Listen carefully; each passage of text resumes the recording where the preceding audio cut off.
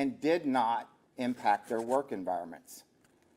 The only thing that has actually disrupted their work environments or disrupted their classrooms has been the TEA investigations themselves and the online smear campaigns, many which were spearheaded by elected officials in our own state that were elected to stand up for the rights of all Texans, not just the ones that vote for them in their primaries.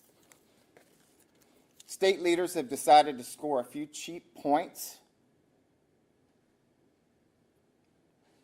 and it was worth the disciplinary actions and the doxing and the death threats targeted at Texas teachers.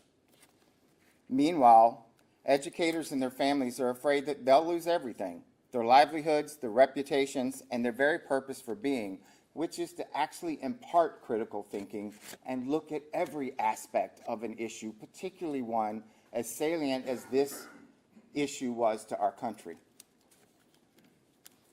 Things have gotten so bad for educators wrapped up in this that if you read the complaint, you'll notice that we've left the educators anonymous.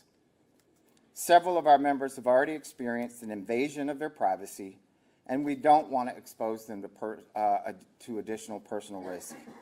That's why you don't see an educator standing up here with us today.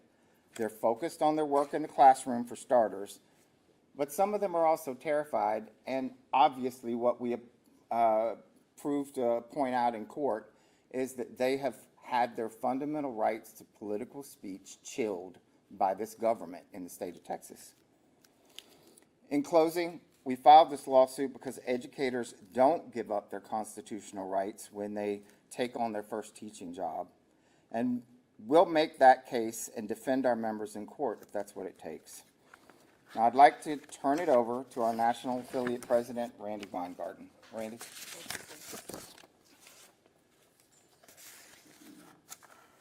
So I'm here today.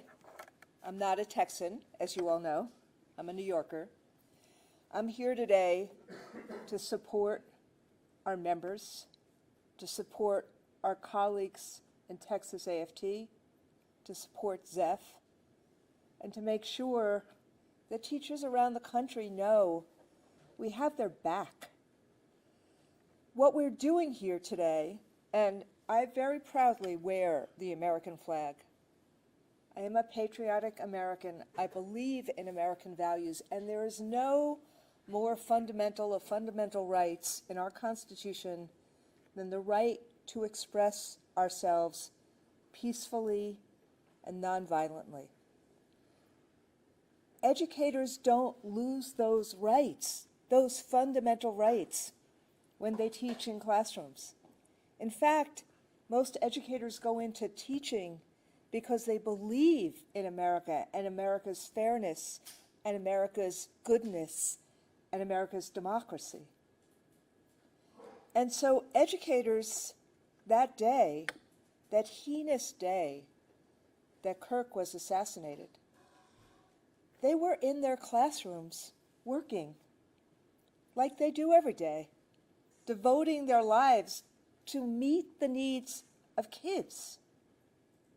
And what they needed from the superintendent was they needed advice and counsel about what you do when the entire world now sees an assassination in a completely age-inappropriate way on every social media channel there is. They needed their superintendent in the state to give some advice and some clarity on how we make kids feel safe the next day, how we help their parents, how we help each other, since it terrorized everyone. And instead, what happened was it got blame and shame and a starred chamber. And so at the heart of this case, it is about Mr. Morath's actions and continued actions and the danger that it's doing to an environment of teaching and learning, not just for the more than 300 people who have been investigated, but what it means in terms of how do you teach? How do you deal with issues that are tough, that are hard? And so let me be crystal clear. Speaking for the AFT, both the AFT and Texas AFT denounced political violence. We abhor political violence. We denounced it within minutes. I denounced it within minutes of when I saw it. We denounced Charlie Kirk's assassination. We denounced violence after Uvalde. We denounce violence. We denounce violence after Rob Reiner's death, after Melissa Hortman's death. But today, and what happened in the next few days, wasn't about violence or denouncing violence. It was about muzzling the expression of constitutionally protected nonviolent speech.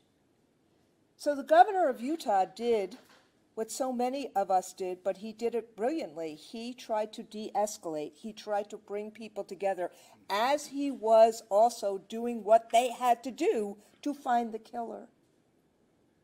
And tried to find a way, like former presidents of the United States that same day, how do we bring people together?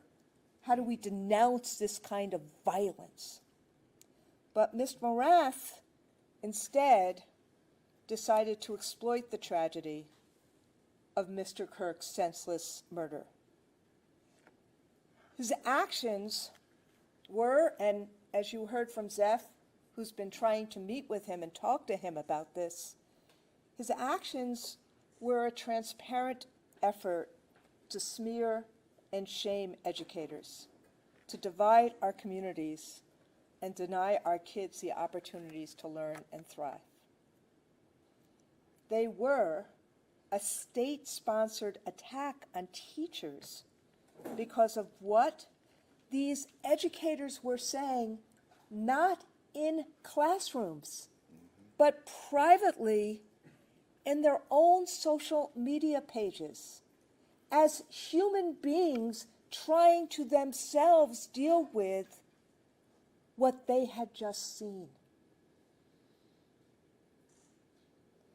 And frankly, even if we think some of the speech that people made in the aftermath of Mr. Kirk's heinous assassination, even if we think it's noxious speech after Rob Reiner's murder, Melissa Hortman's murder, senseless gun violence that we see throughout this country, there is a difference between liking and disliking speech and defending one's right to speak.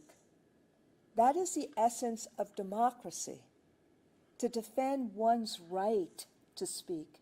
That is the essence of what America is about. And you don't lose your constitutional rights when you decide to become a teacher. The Constitution has to work for all Americans, not just some Americans. So the effect has been, not only in Texas, but other places, this chilling effect, this threat of job loss for, quote, reprehensible and inappropriate content on social media, end quote, is so vague that the vagueness is the point. Many of our members have simply stopped expressing their views altogether, both privately and publicly. And you already see it, as Zeph said, that the plaintiffs in this case are anonymous because of fears of invasion of privacy, of doxing, of further retribution. And we don't want to expose them to even greater risk. These are people who have been teaching for years.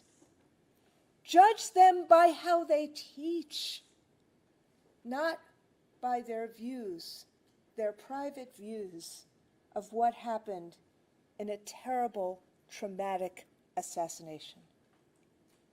There are concrete career consequences for our members. Mr. Marath's letter has been used to target, retaliate, and discipline Texas AFT members who simply expressed a viewpoint that Mr. Marath disagrees with. It's literally the classic definition of a First Amendment violation. This is not political. If the superintendent, if the commissioner in New York State had done the same thing, we would be suing there. We shouldn't be living in a country where you lose your First Amendment rights, your constitutional rights, if you disagree with a governor, a president, or a mayor. All of us have to be better than that and have to understand we have to fight for each other's right of expression. That's what we're trying to do here. So the complaint spells out how some of our members have faced serious consequences, from written reprimands to investigations to full termination, all of which having nothing to do with their actual job performance and having nothing to do with impacting any of their work environments. So that's why we're here. We asked Mr. Marath, as Zeph just did, to work this out with us because we need to help teachers teach. Don't make their job harder. Their jobs are hard enough. Private time is private. And it doesn't matter, as I said before, whether the speech is left or right. Educators can't lose the right to express themselves as citizens, as Americans, because they do the work that helps make every other profession. Teachers' right to free expression and their job to educate our kids and exercise their judgment, these should not be in conflict. We need to have the same rights, school teachers, as every other American, and that's why we're in court today. Thank you. Thank you, Randy.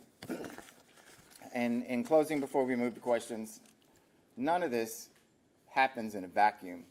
It all happens in context. And I just want to remind everyone here today, something that not one of our educators, and I would dare say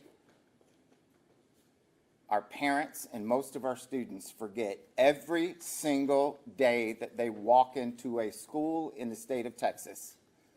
They walk into a school in the state that has the most instances of gun violence in our country.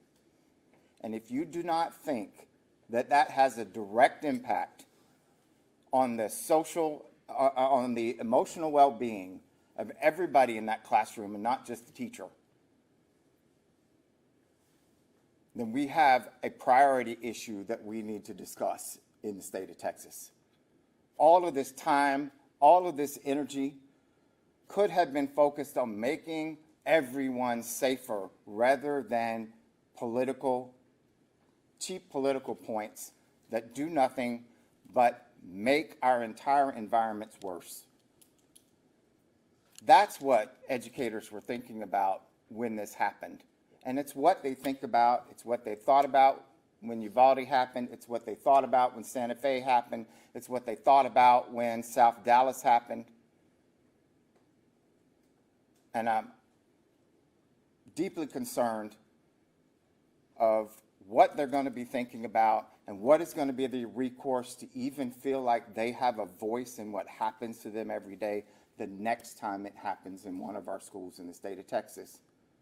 Because we've chosen to do no more today than we did after Uvalde, no more today than we did after Santa Fe. Thank you. We'd open it up to questions. I wanted to make sure everybody knows as well, too, you should have received a stamped copy of the full media release in the media, the full lawsuit in the media release that was released. So we'll take questions from the court. I'm Kelly with KXAN. I have a question. How does Texas compare, and the way that they handled this, how do they compare to other states? So there's 2 states, there's only 2 states actually, where a state superintendent went out immediately and sent a memo that essentially said, we welcome complaints of reprehensible conduct so that we can fire teachers. I'm paraphrasing.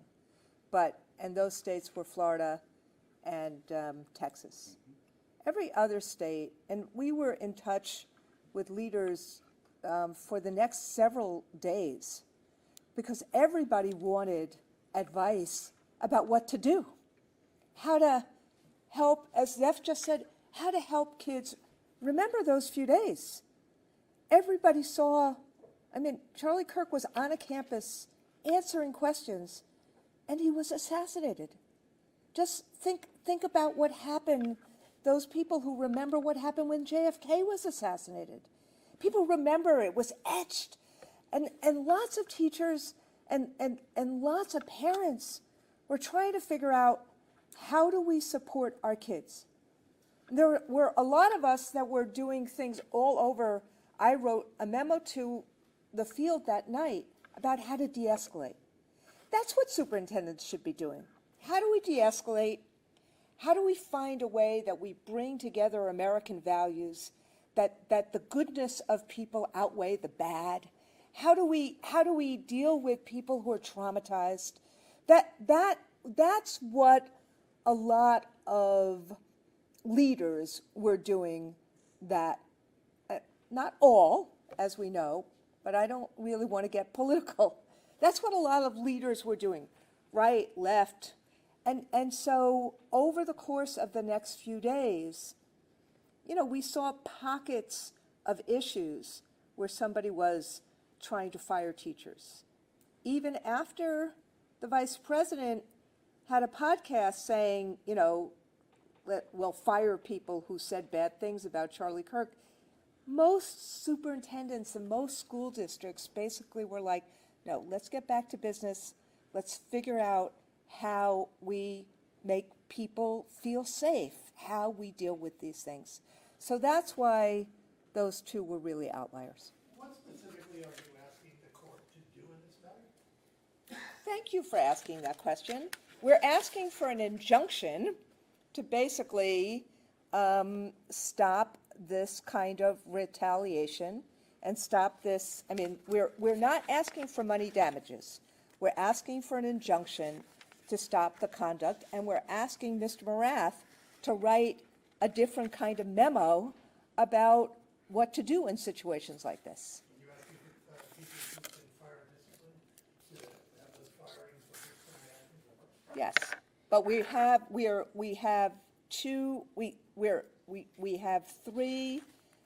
4 people that we have specifically talked about in the complaint. And those 4 people, we're asking for their specific discipline to be reversed, but we're also asking for for this memo to be withdrawn, and for there to be, that you judge teachers' conduct based upon their work in classrooms. Part of the reason why this is so important is it's not just one set of investigations that our members are having to go through.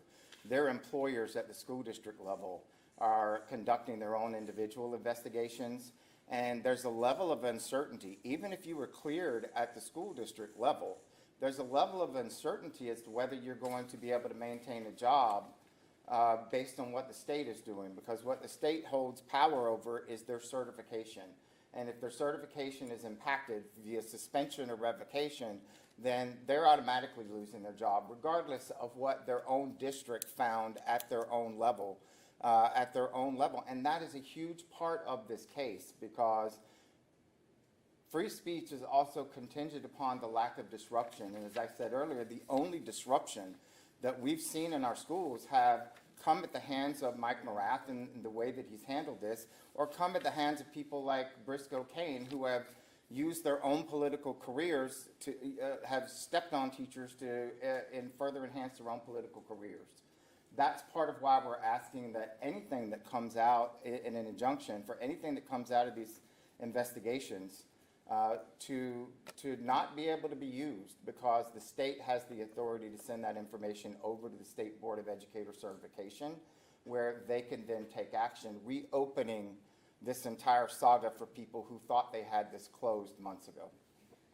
So the specifics, if you want, are that we're asking the court to stop the commissioner from enforcing the policy, asking the court to have the commissioner retract the policy and end all related investigations.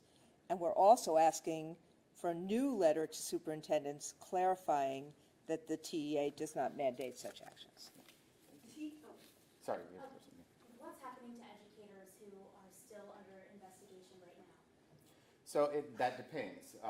Primarily right now, it depends on what's happening at their local level with their districts. Some of them have been returned to classrooms. Some of them are still waiting in temporary reassignments until their investigations are cleared. Some of them have been provided reprimands that say you violated our policy, even though that they were on their own private page, on their own private time, but they've been put back to work at that level. They're not necessarily done, however, because as we heard the commissioner talk about, the 350 cases that were turned in as complaints has been sifted down to roughly half of them that they're doing further investigation on. Those are the ones that we're unsure about, because an ongoing investigation is not going to get reported out to all of us in the way that it should. So that's why we're taking this action now before it gets to that place. Now that we have factual evidence that these types of incidents are taking place with some educators across the state. We know that there are more out there, and we suspect after this press conference we'll probably be having more educators across the state asking to sign on and be part of this lawsuit. There are 4 of your members are in the lawsuit. Do you have an estimate of how many of your members total are impacted either at the district level or by the state investigations?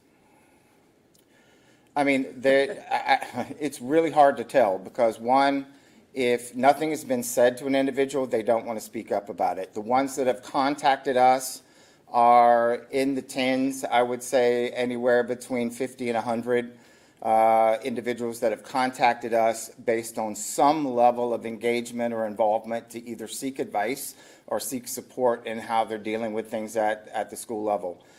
Despite what the commissioner's office did, probably at behest of the governor, most of the cases, many of those cases, did result in they're not finding that they did anything wrong, but to almost a T, every single one of them were told that they were required to report the incident to the Texas Education Agency. So many of them did get cleared at their local level, but they still have a level of uncertainty until the state cases are completely adjudicated or completely processed through. They don't know what could happen next.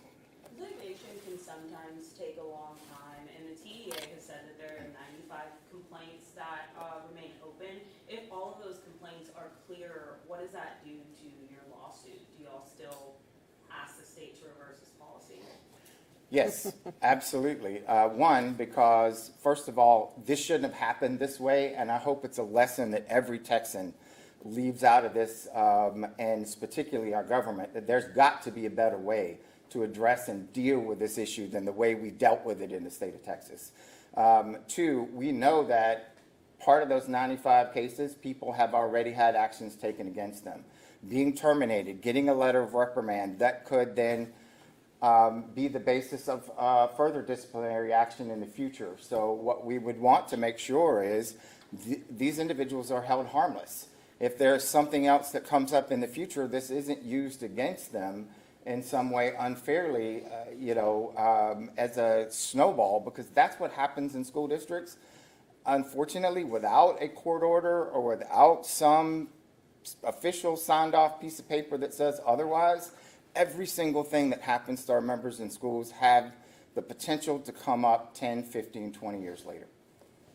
And right now, you know that there's 95 cases left in the aftermath of us filing this lawsuit. Yeah.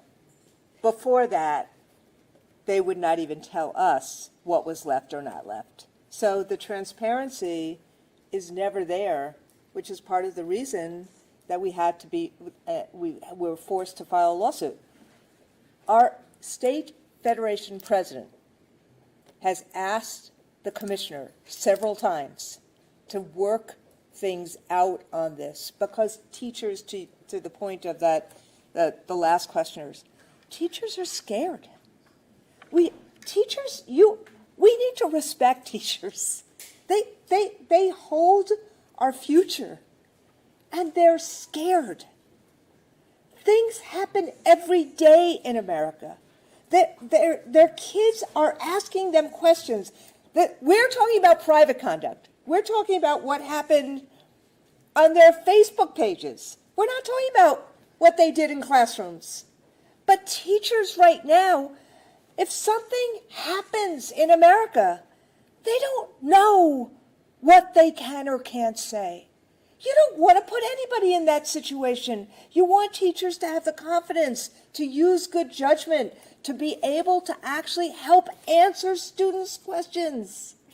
And what's happening right now is this long arm of the state pulled out private social media where somebody might have said, why are we not having the same kind of conversation about what happened at Uvalde? Yep. I mean, this is what we're talking about here. Yep. And so that's, so they have this hanging over their head for what could be forever. That's why we're asking for the policy to be rescinded. And for everyone who's been involved in this, there's an issue in conduct in classrooms. That's one thing. This is private conduct. Can you put a finer point on private social media? Are you talking about pages that are only open to like friends, if they let in, or is it any social media that can go out? Well, if someone, look, we have now suggested to people that they should change their settings in their Facebook pages if they intend it to be just private for their family or friends. Some of this conduct was that, and somebody saw it and used it anyway, took a picture, used it, and it was clearly completely private. But with all respect, most of our members never thought about changing the settings on their Facebook pages. Never thought about it. They intended it to be, to their own social media, but they never thought about it. I mean, some teachers will, so their students don't, interact with them. I've got, teachers in my family that Right. disguise their names. Sure. I mean, we in the few days that followed, we did all sorts of professional development of how you make your, social media private. Yeah.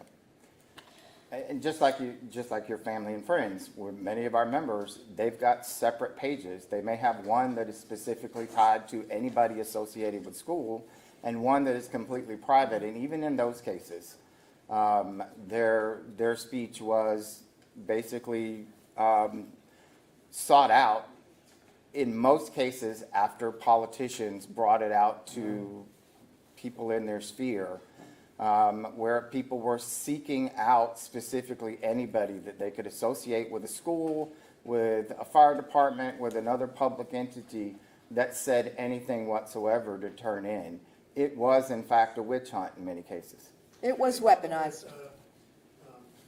Like, social media policies that a teacher or an educator might sign at the behest of their employer.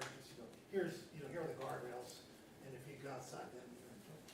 There are different policies. School districts set those policies at the local level, and they are not necessarily uniform across the state. This is part of the problem, not just within our own profession, but frankly, with social media across the country. This is why this particular issue has been a topic in Congress in the United States on what are the responsibilities that social media providers have to kind of control this issue. It's going to be another set of free speech issues that we'll let somebody else litigate for sure. But right now, we've got to get a handle on what's happening directly in our profession, because we've talked about or been talking about today the consequences for the potentially 95 individuals that are still open cases on. We haven't even gotten to the overall impact this is going to have on the academic environment in our world and in our profession. I can tell you right now, it's not just the 95, it's the 9,500 others that are in schools right now thinking twice about what they say when any type of current event happens in their classroom. How do they respond? Because of the lack of support, because of the lack of guidance and direction from the head of our agency, they're each one individually or with their school districts trying to figure out how to move forward with this. And the answer, just like when we don't have a superintendent in charge or somewhere else, is paralysis. People do nothing. They say nothing. So kids are not getting the critical thinking that they should be getting in many of these cases across classrooms, because we have allowed a vacuum to happen, and we've allowed terrible, I hope unintended, but definitively terrible consequences to happen to people for simply speaking out, as any one of the rest of us should have had the right to do. Last question and any closing. We have, let me just say, we have a case in New Hampshire that's on exactly the issue that Zeph just said, which we have won. It's now on appeal. That, where you had a New Hampshire school superintendent who created a snitch line for if they didn't like what social studies teachers were saying in classrooms. And the court struck it down, saying that the state standards say you have to teach all aspects of an issue.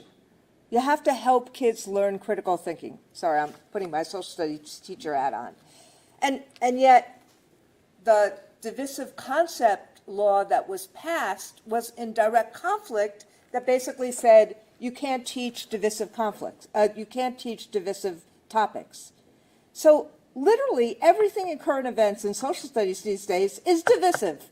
And so it left teachers saying, we have no idea what to do. We have to teach critical thinking. We have to get kids to understand how to understand a topic, how to look at it from various different angles.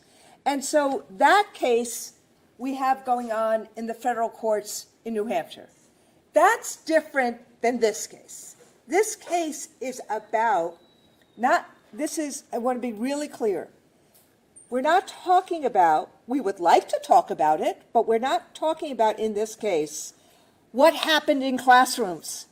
We're talking about school teachers when they were not in classrooms, in private, on their own social media, commenting on a matter that everyone in the country and the world saw, and they don't lose their rights to do that because they teach. Yep.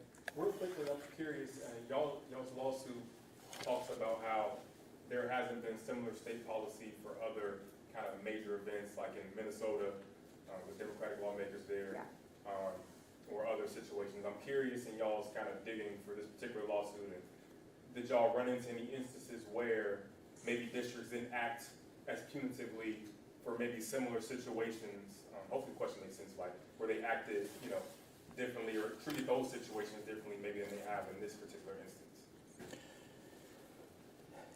I can only speak from what we've seen so far in coming through this in our particular state. I think, frankly, Most of the districts we've seen have responded to what they feel like or felt like they've been required to respond to by the state.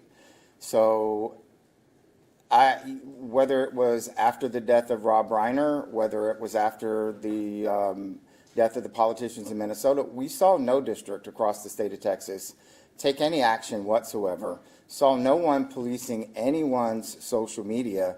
So they haven't, to my knowledge, compared it in the way that we are probably comparing it, because they haven't been required to by the state, because the state has chosen, the state has chosen to put their viewpoint bias in one direction only. And most, what we saw from many of these superintendents in these school districts is, just I guess probably like many teachers, is they're compliant and they're going to be compliant. And that is why we're forced into the situation of having to have this issue adjudicated in federal courts.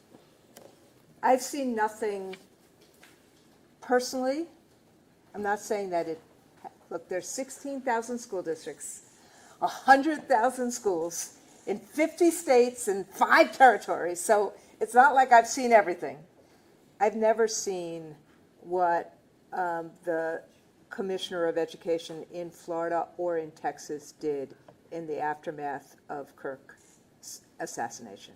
I've never seen something in modernity. Mm-hmm. You know, it looks like what happened in the 1950s, in the McCarthy era, but I've never seen anything in modernity be something like this, where somebody said, look for, find, if somebody said something you don't like about Charlie Kirk, report them so we can fire them. Essentially, that's what they said. Thank you very much. Thank you very much.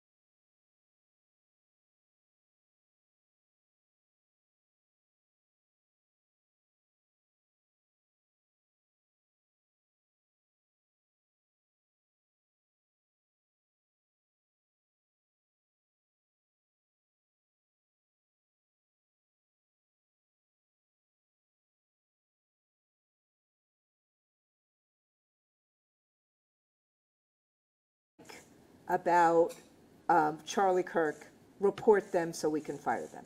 Essentially, that's what they said. Thank you very much. Thank you very much.